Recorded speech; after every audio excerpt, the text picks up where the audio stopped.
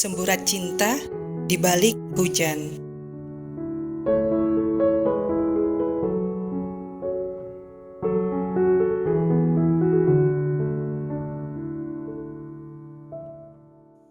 Hujan mengguyur deras di atas langit Jakarta pagi itu. Halilintar bersaut-sautan seakan mengingatkanku untuk bergegas pergi ke tempatku bekerja. Namun, sayangnya niatku yang mulanya menggebu untuk segera berangkat ke kantor agak menciut menghadapi derasnya hujan. Dari balik jendela ruang tamu, aku sejenak terdiam menyaksikan hujan. Kata orang bahwa di setiap tetes hujan mampu membawa kenangan. Hujan selalu membawa sejuta makna dalam cerita. Cerita tentang suatu pengorbanan dan perjuangan dalam meraih cintanya. Sebab itulah cinta terasa begitu bermakna dan istimewa.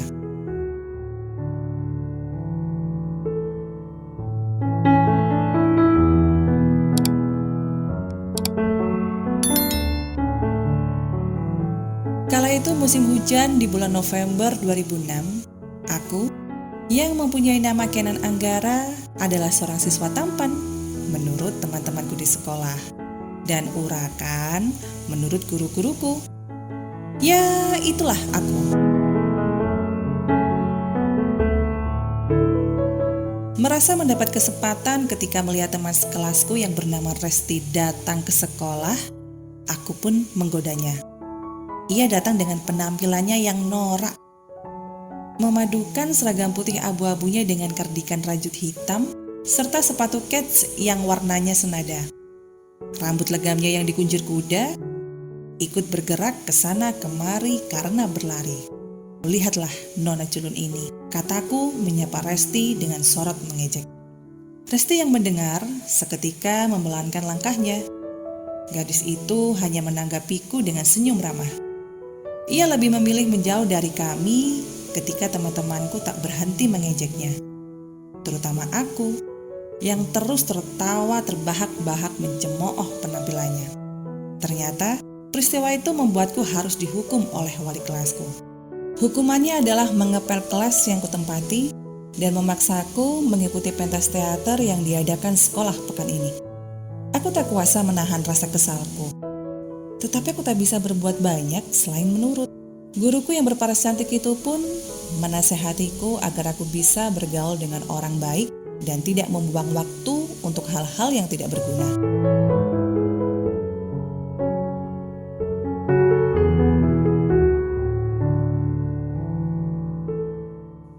Bel istirahat tiba-tiba berbunyi.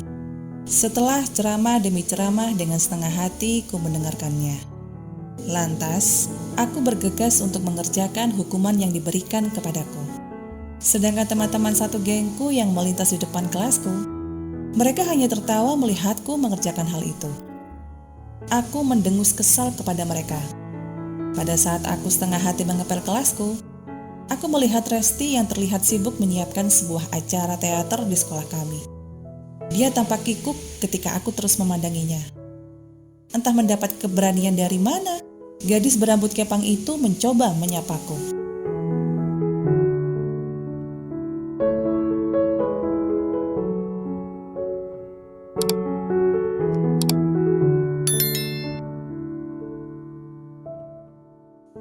Ken, perlu aku bantu?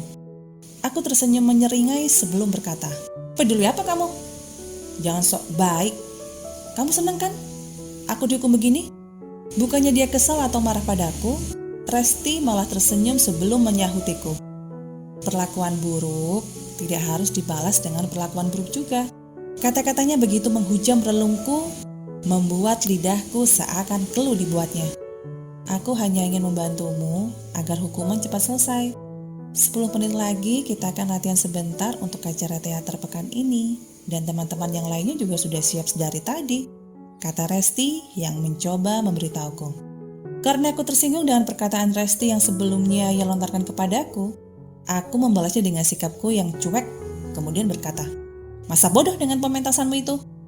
Kenan, dengan suara lembutnya, Resti masih memanggil namaku. Sepertinya dia masih bersabar menghadapi diriku yang angkuh dan keras kepala.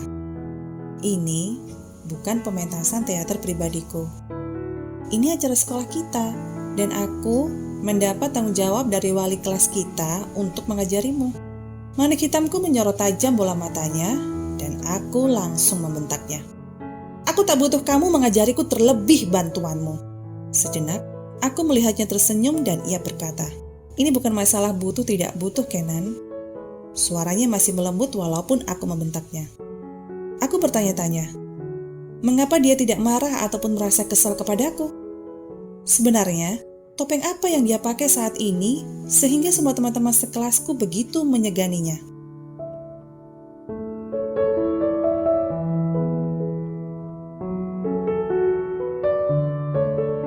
Dia memang pintar, tapi tidak sepintar diriku yang selalu menjaga penampilan. Dengan mengurutkan dahiku begitu dalam, aku bertanya, apa maksudmu? Ini adalah tanggung jawab. Jika kita diberi tanggung jawab, bukankah kita harus menyelesaikannya sampai akhir? Merasa tersindir, aku menimpalinya dengan suaraku yang sedikit meninggi. Kamu pikir aku tidak bisa tanggung jawab? Begitu maksudmu? Kalau itu, hanya kamu yang bisa menjawabnya.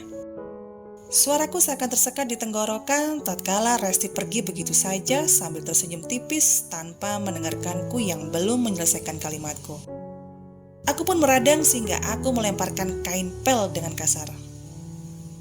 2 hari kemudian semenjak pertengkaranku dengan Resti, aku bertekad akan menghafalkan dialogku dengan bantuan salah satu temanku. Tapi, temanku itu mengatakan bahwa aku tidak mungkin bisa menghafal semuanya dalam waktu singkat. Dan dia menyarankanku untuk meminta bantuan Resti lawan mainku di pementasan teater sekolah. Awalnya aku menolak. Akan tetapi, setelah kupikir-pikir, aku harus menyelesaikan hukuman ini secepatnya.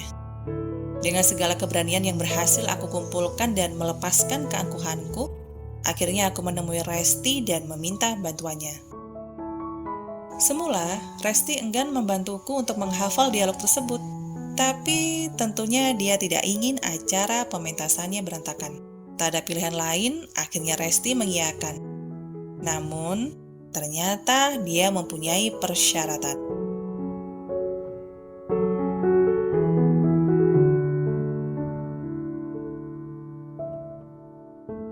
Jangan jatuh cinta kepadaku, ujarnya tanpa berekspresi. Mulutku seketika menganga bersamaan dengan mataku yang membulat saat mendengar persyaratan Resti yang menurutku tidak masuk akal. Aku kemudian tersenyum mengejek sebelum aku menjawabnya. Aku tidak akan mungkin jatuh cinta kepadamu. Kau bukan tipeku, tahu. Seolah senyuman tipisnya yang samar-samar masih bisa aku lihat, membuat diriku dipenuhi tanda tanya. Entah apa yang dia pikirkan sampai-sampai harus menyampaikan syarat konyolnya tersebut. Tidak mungkin kan aku menyukainya? Batinku seolah berteriak untuk meyakinkanku. Hari demi hari selepas pulang sekolah, Resti mengajariku dengan sabar hingga aku berhasil menghafalkan dialognya. Walau terkadang aku bermalas-malasan melakukan latihan drama kami, gadis itu masih setia berdiri di sampingku untuk menyemangati. Dia sekalipun tak mengeluh lelah dengan sikapku yang keras kepala dan sedikit angkuh.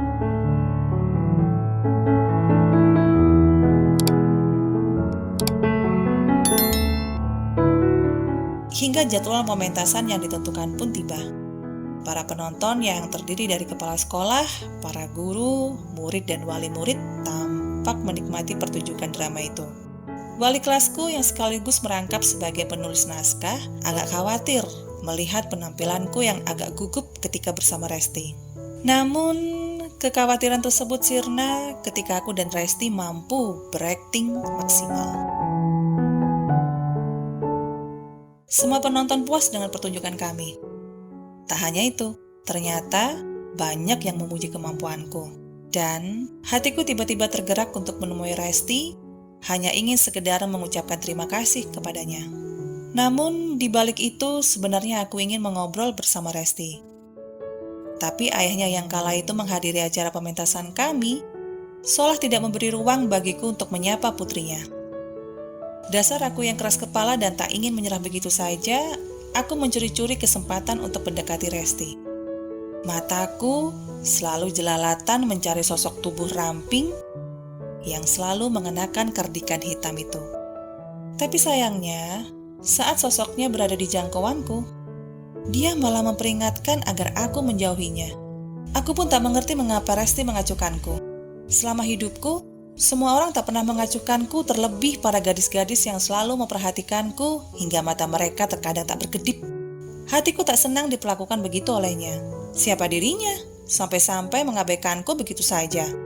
Padahal dia hanya Resti Clarissa, gadis culun berkardigan hitam dengan rambutnya yang selalu dikepang.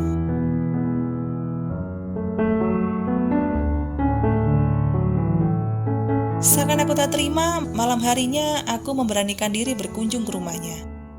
Aku ingin mengajaknya jalan-jalan dan makan bersama di sebuah kafe yang sudah aku pesan.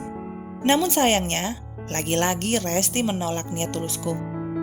Tak kehilangan akal, akhirnya aku berinisiatif meminta izin pada ayahnya. Tetapi ayah Resti tetap tidak mengizinkanku. Aku tak ingin menyerah.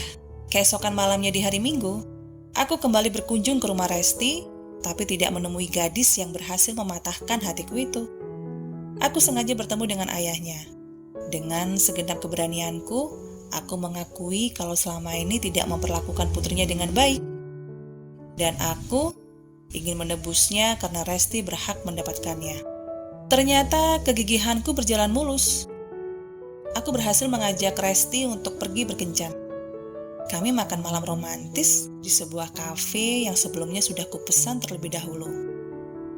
Hujan sedang deras-derasnya malam itu, hingga dinginnya menusuk kulit. Aku melepaskan jaket kulit hitamku untuk kupakaikan di tubuhnya yang sedikit menggigil kedinginan. Resti lantas membalasku dengan senyum manisnya. Oh alam semesta, mengapa tiba-tiba aku ingin memilikinya dan tidak ingin kehilangannya?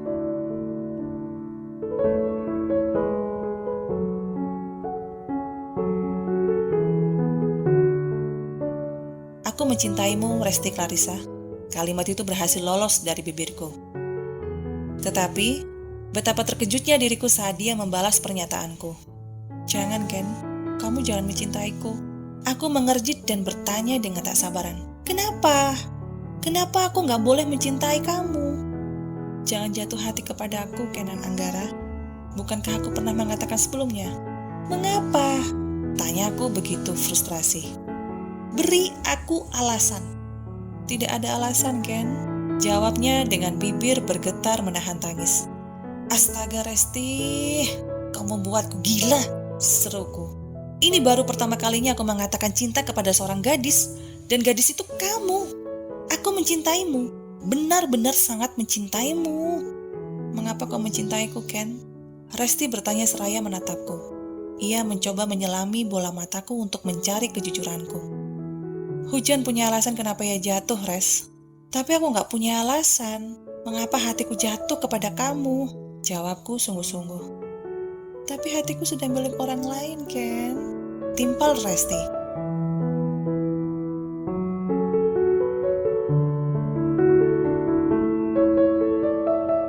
Rasa itu masih saja menyelinap di antara rintik hujan pagi ini. Rasa cinta yang tak akan pergi dan tetap selalu ada untuk selamanya. Begitulah cinta. Jatuh cinta tidak pernah mengenal waktu. Banyak orang yang meyakini bahwa kita tidak dapat memilih kepada siapa diri ini jatuh cinta karena takdir yang akan menentukan. Sebuah tangan hangat memeluk pinggangku dan mengaitkan tangannya di perutku. Suaranya yang lembut membuatku selalu merindukannya. Lagi mikirin apa sih? Kirain udah berangkat ke kantor. Aku pun tersenyum sambil memeluk tangannya. Kemudian aku berkata, lagi mikirin kamu, mikirin perjuanganku untuk mendapatkan hatimu bertahun-tahun lamanya, meskipun hatimu itu sebelumnya sudah dimiliki orang lain. Dia tertawa kecil sebelum menyahutiku. Hasil tak akan pernah mengkhianati usaha. Cepat atau lambat, usahamu akan membuahkan hasil. Ya, 8 tahun lalu, aku tahu perjuangan dan pengorbananmu begitu besar untuk merebut sekaligus meyakinkan hatiku. Sekarang, lihatlah hasilnya. Aku mencintaimu, kita menikah sudah 2 tahun, Dan sebentar lagi, buah cinta pertama kita akan lahir. Aku pun tersenyum kemudian berkata, "Ya, kamu benar. Ternyata cinta bukan hanya sesuatu yang dirasakan, tetapi adalah sesuatu yang dilakukan.